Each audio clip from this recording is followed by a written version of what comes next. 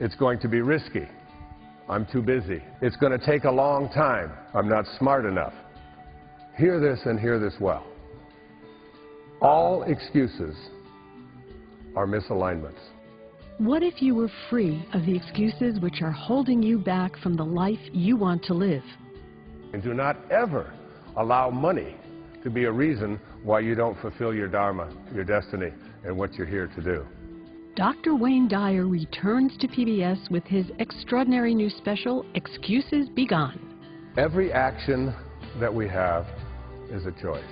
And this program is really about choosing and not excusing. You can indeed change anything about yourself. Don't underestimate your own personal ability to make just that happen. With wit, compassion, and an unshakable belief in your power to change, Dr. Dyer invites you to say, excuses be gone.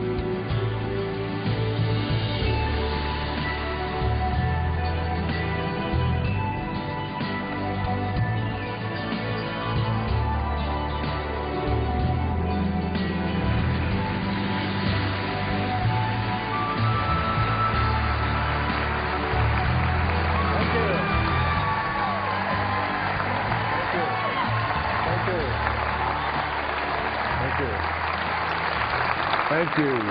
Thank you, thank you. Oh my goodness, you're so very kind. I appreciate it very, very much. This is the 10th anniversary of my doing public television specials and having them air all across the country on a variety of subjects. I'm honored to be here with you. We've raised a lot of money for public television, which to me is one of the great causes across the country. It helps people to live from a place of integrity and higher consciousness and spirit. And I'm honored to be a part of PBS. This program is about something called excuses.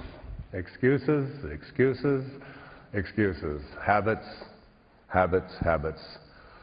So many people live their lives from these habits and don't have to. There are a couple of quotes that I want you to look at that I put right up here for you. The first is a very important concept. Never underestimate your power to change yourself. Never overestimate your power to change others. And the reason I put this quote out right here at the beginning of this program about excuses being gone is that no matter who you are, no matter what age you are, no matter how long you've lived, the promise I have of this program is that if you follow the steps that I am going to outline here for you, that if you've been overweight for your entire lifetime, if you've been addicted to anything for your entire lifetime, if you've lived a life of poverty for your lifetime, if relationships haven't worked for you, whatever it is, however long it's been with you, that there is a way to change those habits and to change the thinking that supports those habits. I've come to know that. I've written an entire book about it. I believe in it. I've been practicing it not only in my own life but with other people in workshops all around the world. And I know that there is something that you can do about them. You can indeed change anything about yourself. Don't underestimate your own personal ability to make just that happen. The second quote says something that is responding to what it is that you have to do to make that happen. Lao Tzu spoke about this in the Tao Te Ching. When you correct your mind, everything else will fall into place. So whatever these habits are, whatever it is that you have lived with for a very, very long time, it's about don't underestimate your own ability to change it, and if you work at correcting your mind, in a very short amount of time, you can go from someone who had these habits to someone who's living at a very different level. I did a program not too long ago here for public television called Change Your Thoughts, Change Your Life. And it was based upon the great teachings of Lao Tzu 2,500 years ago in the Tao Te Ching that some people call the wisest book ever written. In that book, what I learned and what I tried to offer to the public who watch public television, it taught us, and it taught me, what to think. What ways to go about thinking that we didn't before. So many of us who grew up here in the Western world believe that you have to always strive, that you have to work hard, that the harder that you work and the more you set goals and the tougher that you are, the more you get done.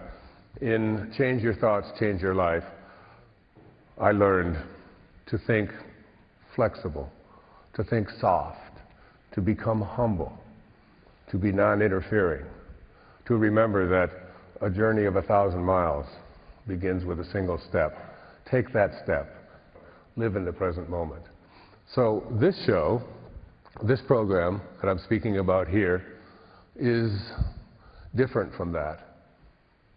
Because I really think I know what to think. And I practiced it for an entire year as I wrote the book, Change Your Thoughts, Change Your Life, and put that program out. But what so many people have difficulty with is, okay, I may know what to think, but I don't know how to change the way that I have been thinking. I just keep repeating the same patterns over and over and over again. And this is what I want to address here with you in this program, that there is a method, I call it a technology, there is a program, there is a paradigm, and I'm going to present it to you before this program is ended. And it's the promise I make right here at the beginning, that if you follow the steps, and you'll see if you look at this beautiful set here, and this staircase is, I asked them to create it because it is the result of a quotation from Mark Twain. Habit is habit, and not to be flung out the window by any man, but coaxed down the stairs one step at a time. You can almost think of yourself as at the top of this staircase.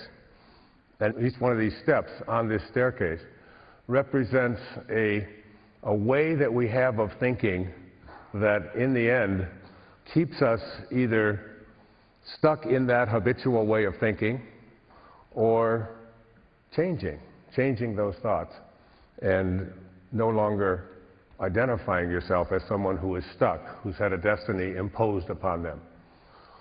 Basically, there are two very large excuses that we carry with us, and I want to talk a little bit about them here in the opening of this program, and then as we move along, go into the very specific steps that will help you to identify how to make those changes.